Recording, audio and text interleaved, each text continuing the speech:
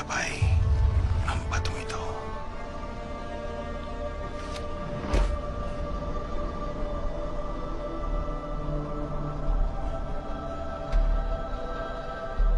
Ang tao ay hindi lang sa tinapay nabubuhay, kundi sa bawat salitang nagmumula sa Panginoon.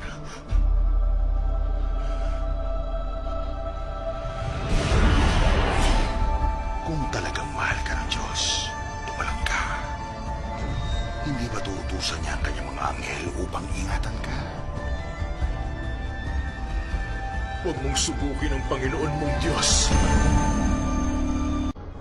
Ang tangi kong sasambahin ay ang Panginoon kong Diyos.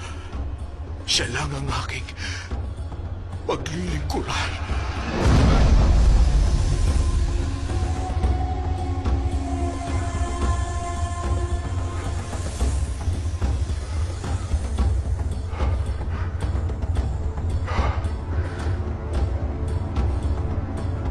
Napagtagumpayan ni Jesus ang panulungsod sa Satanas. Mula noon, pinaghandaan niya ang kanyang misyon. Ngunit hindi na niya makakasama si Juan Bautista na noon ay pinadakip ni Antipas.